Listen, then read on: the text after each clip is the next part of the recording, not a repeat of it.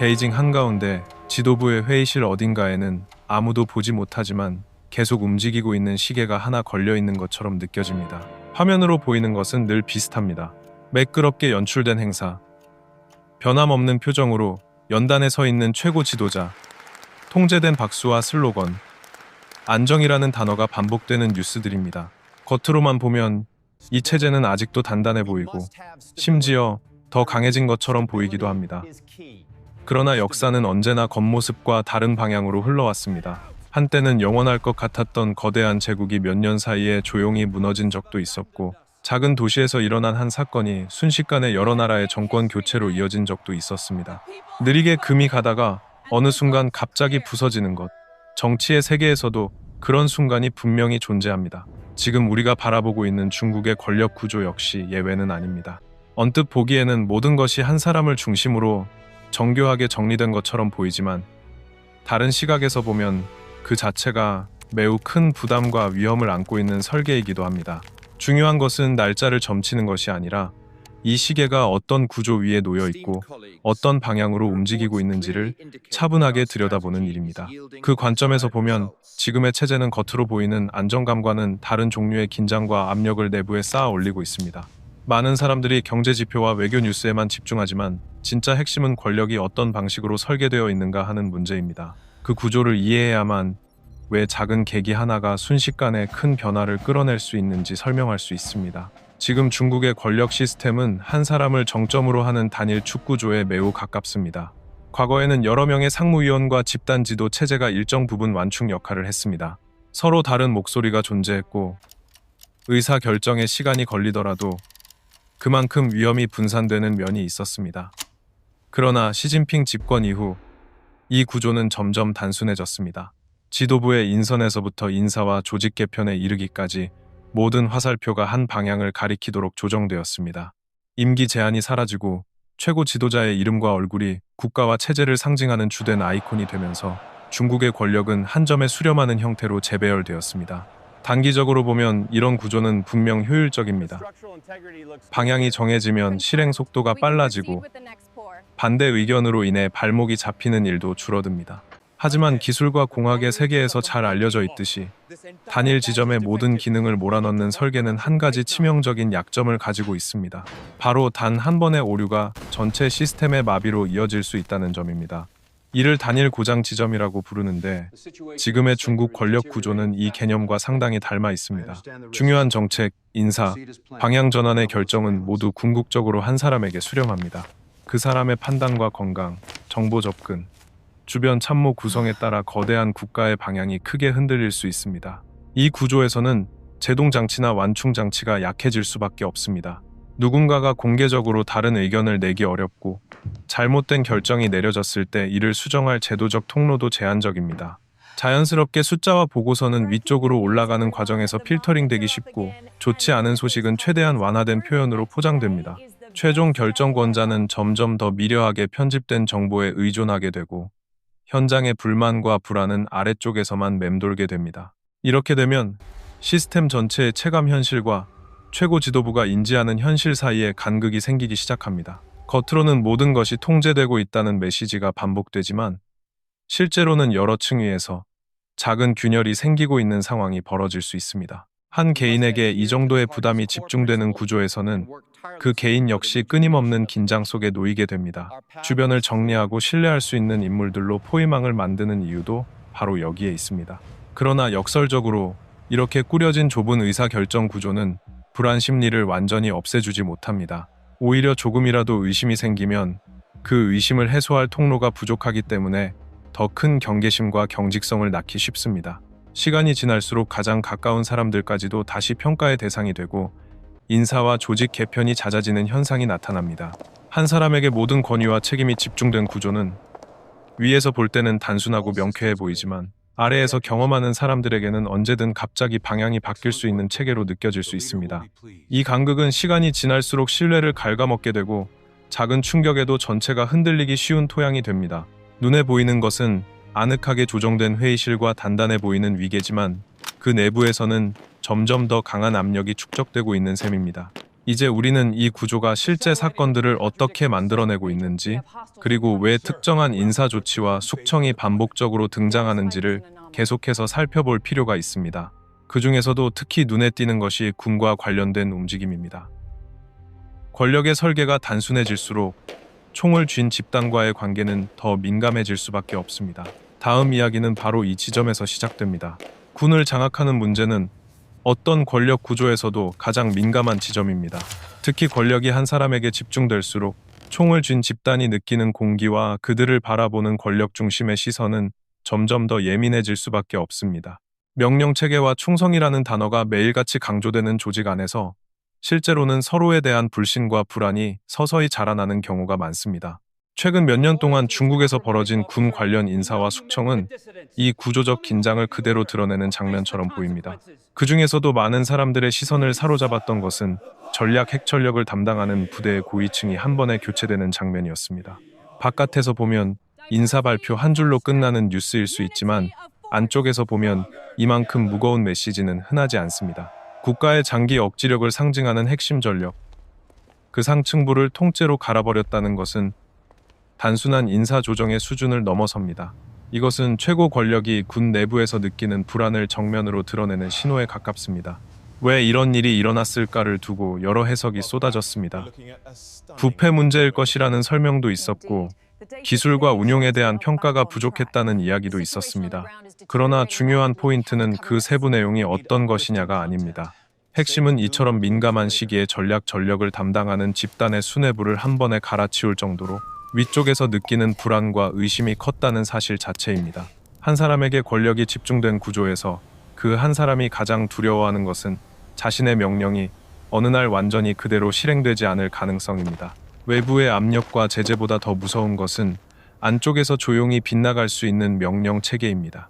침묵 속에서 내려보낸 지시가 현장에서 절반만 이행되거나 속도가 늦춰지거나 이해할 수 없는 이유로 미뤄지는 상황을 이 구조는 무엇보다 두려워합니다. 그렇기 때문에 더 자주, 더 강하게 충성 서약을 요구하게 됩니다. 그러나 여기에는 또 하나의 역설이 있습니다. 충성 경쟁이 치열해질수록 군 내부에서는 누가 진심으로 공통의 목표를 생각하는지, 누가 단지 살아남기 위해 몸을 낮추고 있는지 판단하기가 점점 더 어려워집니다. 한 사람의 의중을 맞추기 위해 서로 앞다투어 강경한 표현을 내놓는 문화가 자리 잡으면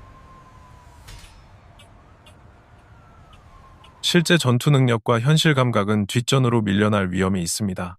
전쟁을 준비하는 조직이 실제 전쟁보다는 정치적 언어에 더 많은 에너지를 쓰기 시작할 때 겉으로는 충성의 기세만 높아지고 실질적인 신뢰는 오히려 줄어듭니다. 이런 환경에서 숙청은 하나의 상징이 됩니다. 제거되는 개인보다 더 중요한 것은 남아있는 사람들이 받는 메시지입니다.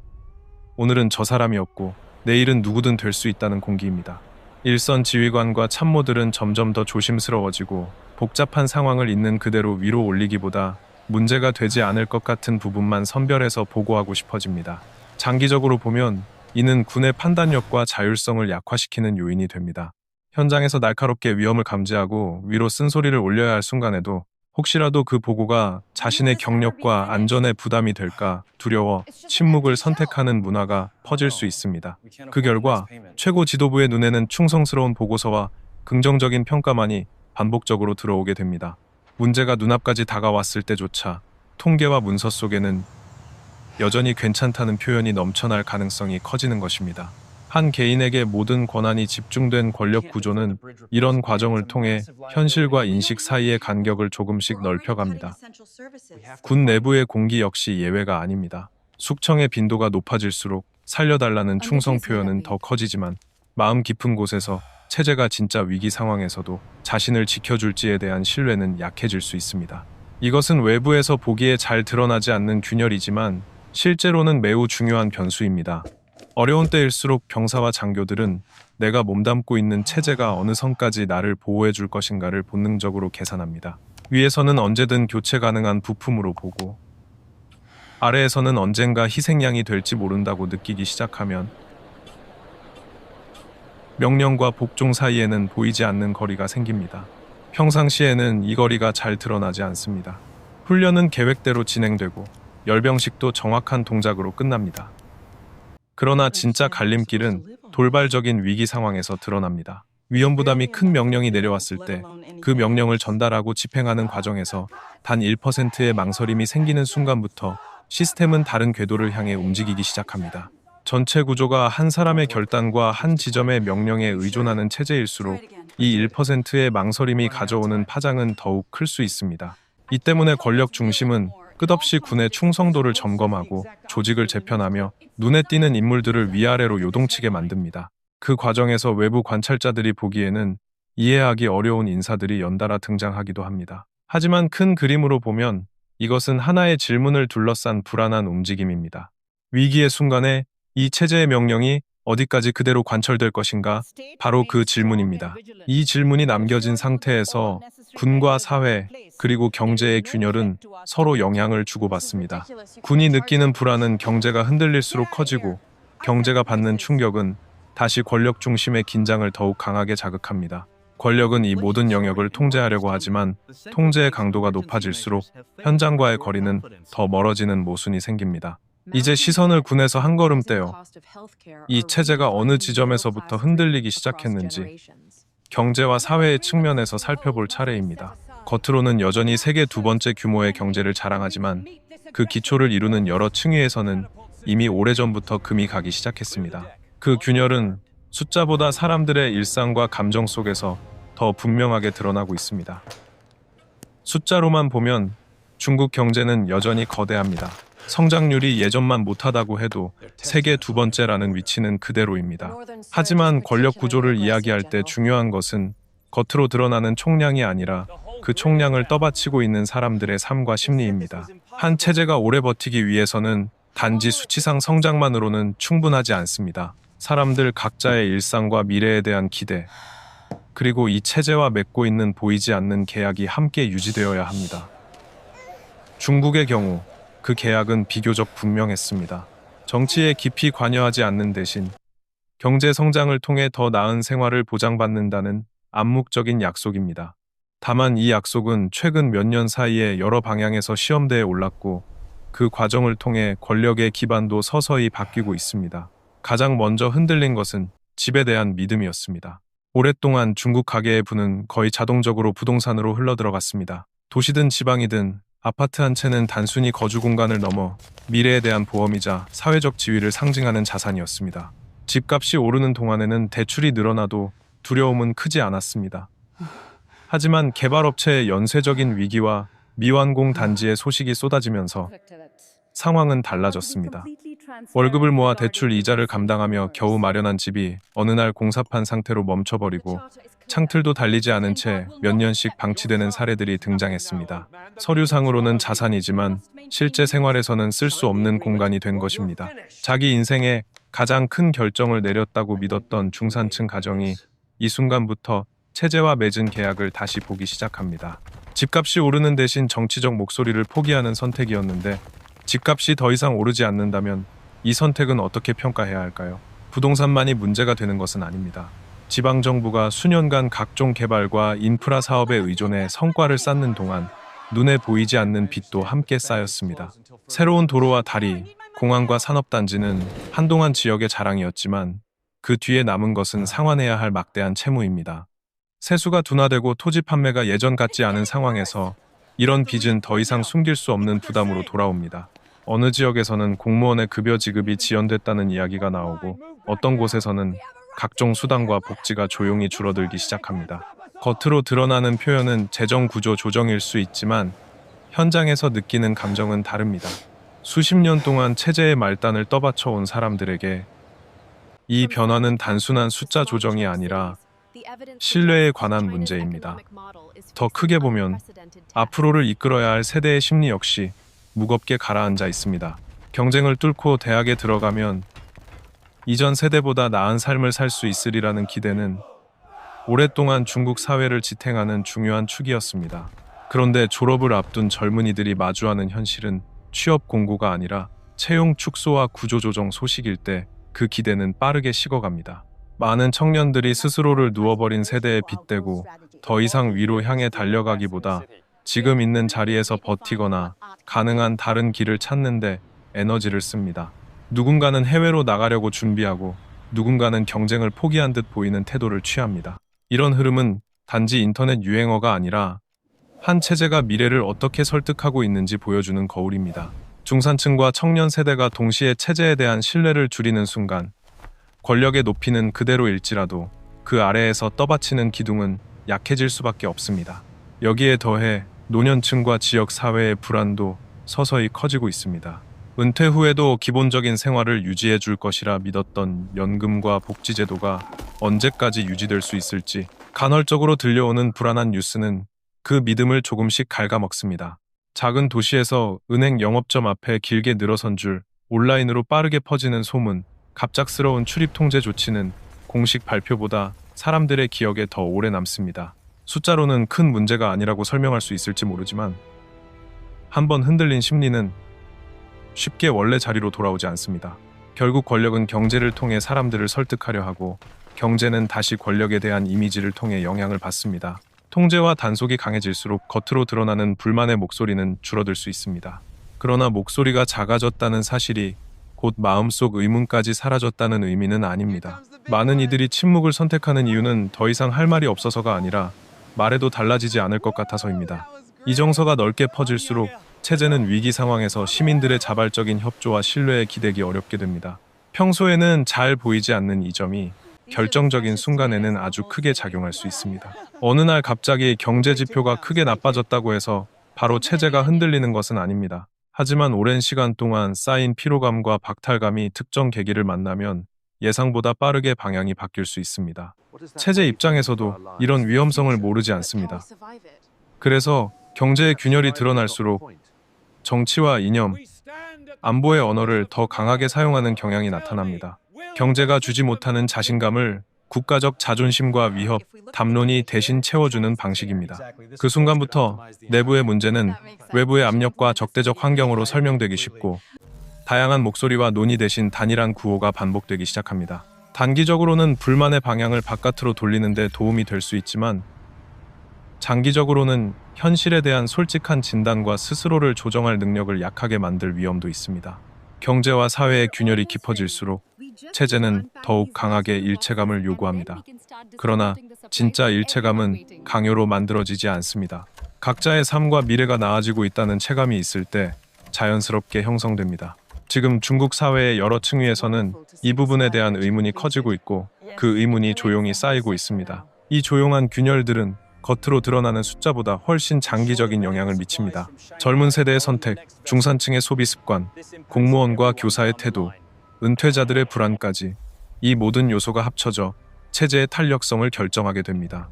단일한 권력 구조 아래에서 경제와 사회가 동시에 피로 신호를 보내는 지금의 상황은 그 자체로 하나의 경고라고 볼 수 있습니다. 아직 무언가가 터진 것은 아니지만 작은 계기가 주어졌을 때 어떤 방향으로 움직일지에 대한 질문은 점점 더 무거워지고 있습니다. 이제 남은 것은 이런 구조 위에서 실제로 어떤 종류의 계기가 마지막 한 방이 될 수 있는지를 차분히 따져보는 일입니다. 권력과 군, 경제와 사회가 서로 얽혀 있는 만큼 마지막 한 줌의 압력은 여러 형태로 나타날 수 있습니다. 다음으로는 이 체제를 가정 속에서 시험해보는 몇 가지 시나리오를 통해 어떤 순간에 이 시계의 초침이 갑자기 속도를 바꿀 수 있는지를 살펴보려 합니다. 가정을 전제로 한 시나리오 작업은 언제나 조심스러워야 합니다. 그러나 지금처럼 여러 층위에서 동시에 압력이 쌓여있는 구조를 이해하려면 만약 이런 충격이 가해진다면 어떤 반응이 나타날 수 있는지를 한 번쯤 그려보는 것도 의미가 있습니다. 이것은 특정 사건을 점치는 예언이 아니라 체제가 어디까지 버틸 수 있는지를 가늠해보는 일종의 모의 실험에 가깝습니다. 첫 번째로 떠올릴 수 있는 것은 바깥으로 향한 모험입니다. 경제와 사회 내부의 피로가 쌓일수록 어떤 정권이든 외부 요인을 강조하고 외부와의 긴장을 이용해 내부를 결속시키려는 유혹을 받기 쉽습니다. 주변 해역이나 분쟁 지역에서 군사적 압박을 높이는 움직임, 상징적인 무력 시위를 통해 강한 지도자의 이미지를 유지하려는 시도는 이미 여러 차례 반복된 패턴입니다. 문제는 계산이 잘못됐을 때입니다. 상대가 예상보다 강하게 대응하거나 주변국들의 연대가 생각보다 견고하게 형성되거나 경제 제재와 외교적 고립이 기대보다 깊고 길게 이어질 경우 외부를 향한 모험은 내부로 되돌아오는 부담이 됩니다. 전쟁이 길어지고 비용이 눈에 띄게 늘어나면 그 부담은 결국 가게와 기업, 지방정부와 젊은 세대의 어깨 위에 올라타게 됩니다. 승리나 성과가 명확하지 않은 상황에서 장기적인 희생만 요구된다면 처음에는 애국이라는 이름으로 참았던 피로감이 어느 순간 다른 감정으로 바뀔 수 있습니다. 체제가 외부 갈등을 통해 내부 균열을 덮으려 했던 선택이 오히려 갈등의 방향을 다시 안쪽으로 되돌릴 수 있는 것입니다. 두 번째는 훨씬 더 개인적인 차원의 변수입니다. 모든 것이 한 사람을 중심으로 돌아가는 구조일수록 그 한 사람의 건강과 컨디션은 정치적으로 매우 민감한 문제가 됩니다. 공식 매체는 늘 건재한 모습을 강조하지만 나이가 들수록 갑작스러운 건강 이상이나 판단 능력의 저하는 누구에게나 찾아올 수 있습니다. 문제는 그 순간이 왔을 때 이를 투명하게 공유하고 체계적으로 대응할 제도가 있는가입니다. 후계 구도가 명확하지 않고 집단 지도 체제의 완충 장치가 약해진 상황에서는 한 사람의 공백이 곧바로 주변 인물들 간의 경쟁 신호로 해석될 수 있습니다. 공개적으로는 단결과 안정이 강조되겠지만 비공개 회의실 안에서는 서로 다른 계산과 시나리오가 동시에 돌아가기 시작합니다. 지금까지 한 목소리를 내던 이들 사이에 미세한 시차와 온도 차가 생기는 것은 그리 오래 걸리지 않을 수 있습니다. 이때 경제와 사회의 균열은 다시 한번 증폭 장치 역할을 합니다. 체제가 여유가 있을 때에는 내부 경쟁도 나름의 규칙을 지키지만 바닥에서 받치는 힘이 약해진 상황에서는 작은 권력 다툼도 더 큰 충돌로 번질 수 있습니다. 세 번째는 눈에 보이지 않는 금융과 일상의 영역에서 시작될 수도 있습니다. 특정 지역의 금융기관이 유동성 위기에 빠지거나 일부 지방에서 연금이나 급여 지급에 차질이 빚어지는 상황을 떠올려 볼 수 있습니다. 평소라면 정부의 개입과 보증으로 수습될 수 있는 일도 신뢰가 이미 약해진 상태에서는 걷잡을 수 없이 불안이 번지는 계기가 될 수 있습니다. 창구 앞에 서 있는 줄은 길지 않을지 몰라도 휴대전화 화면 속 소문은 순식간에 전국으로 퍼질 수 있습니다. 누군가는 계좌를 정리하고 누군가는 현금을 인출하려고 몰려들며 누군가는 이 상황을 두고 또 다른 가설을 만들어냅니다. 공식 설명과 다르게 사람들의 체감은 훨씬 더 불안하게 흔들릴 수 있습니다. 이런 상황에서 강경한 통제 조치가 뒤따르면 단기적으로는 혼란을 줄이는 데 도움이 될지 모르지만 장기적으로는 말해도 소용이 없다는 감정을 더욱 굳히게 됩니다. 중요한 것은 이 세 가지 시나리오가 꼭 그대로 현실이 된다는 뜻이 아니라 지금의 권력 구조가 이런 유형의 충격에 얼마나 취약한지를 보여준다는 점입니다. 한 사람에게 권력이 집중된 체제는 평상시에는 기민하고 효율적으로 보일 수 있습니다. 하지만 외부 모험이 예상보다 길어지거나 리더 개인의 건강에 변수가 생기거나 금융과 복지 시스템이 동시에 흔들리는 계기가 찾아올 경우 계산되지 않은 연쇄 반응이 나타날 가능성이 커집니다. 이때 결정적인 역할을 하는 것은 숫자보다 사람들의 마음입니다. 청년 세대가 어떤 선택을 하는지, 중산층이 소비를 줄이는 대신 무엇을 준비하는지, 공무원과 교사가 체제를 어떻게 바라보는지, 군과 경찰이 위험한 명령을 받았을 때 어떤 속도로 움직이는지, 이 모든 요소가 합쳐져 체제의 탄력성과 회복력을 결정합니다. 시계를 다시 떠올려 보면 지금 이 체제는 이미 여러 방향에서 압력을 받고 있는 셈입니다. 초침은 여전히 일정한 속도로 움직이고 있는 것처럼 보이지만 내부의 톱니바퀴 사이에는 마찰과 긴장이 조금씩 쌓여 있습니다. 어느 날 갑자기 속도가 바뀌거나 방향이 꺾인다고 해도 그 순간만 떼어놓고 보면 이해하기 어렵지만 긴 흐름 속에서 보면 전혀 뜻밖의 일이 아닐 수도 있습니다. 그렇다고 해서 당장 내일 무슨 일이 벌어질 것이라고 섣불리 단정할 수는 없습니다. 역사는 언제나 예상보다 느리게 움직이다가 모두가 방심한 순간에 갑자기 속도를 높이기도 합니다. 우리가 할 수 있는 일은 특정 인물의 운명을 단정하는 것이 아니라 이 체제가 어떤 구조와 논리 위에 세워져 있는지를 차분히 이해하는 것입니다. 그 관점에서 보면 지금의 중국은 세계에서 가장 강력한 통제 체제이자 동시에 가장 취약한 생태계 중 하나라는 모순된 얼굴을 함께 가지고 있습니다. 이 거대한 구조의 변동은 중국 내부에만 머무르지 않습니다. 동북아의 안보 환경, 한국 경제의 수출 구조, 글로벌 공급망의 재편까지 모든 영역에 직접적인 영향을 줍니다. 그래서 우리는 중국의 변화를 단순한 이웃나라 뉴스로만 볼 수 없습니다. 이 영상에서 다룬 내용은 어떤 정권의 흥망을 흥미거리로 소비하자는 이야기가 아닙니다. 오히려 우리와 이웃한 거대한 체제가 어디에서 힘을 얻고 어디에서 약점을 드러내고 있는지를 함께 공부해보자는 제안에 가깝습니다. 권력의 시계가 어떤 속도로 움직이든 중요한 것은 그 시계의 움직임이 우리 삶과 미래에 어떤 의미를 가지는지를 스스로 묻는 일입니다. 여러분은 지금 이 구조가 얼마나 오래 버틸 수 있다고 보시나요? 그리고 그 변화가 다가왔을 때 우리는 얼마나 준비되어 있을까요? 각자의 생각과 경험을 나눠주시면 앞으로도 이런 복잡한 문제들을 함께 풀어가는데 큰 도움이 될 것입니다.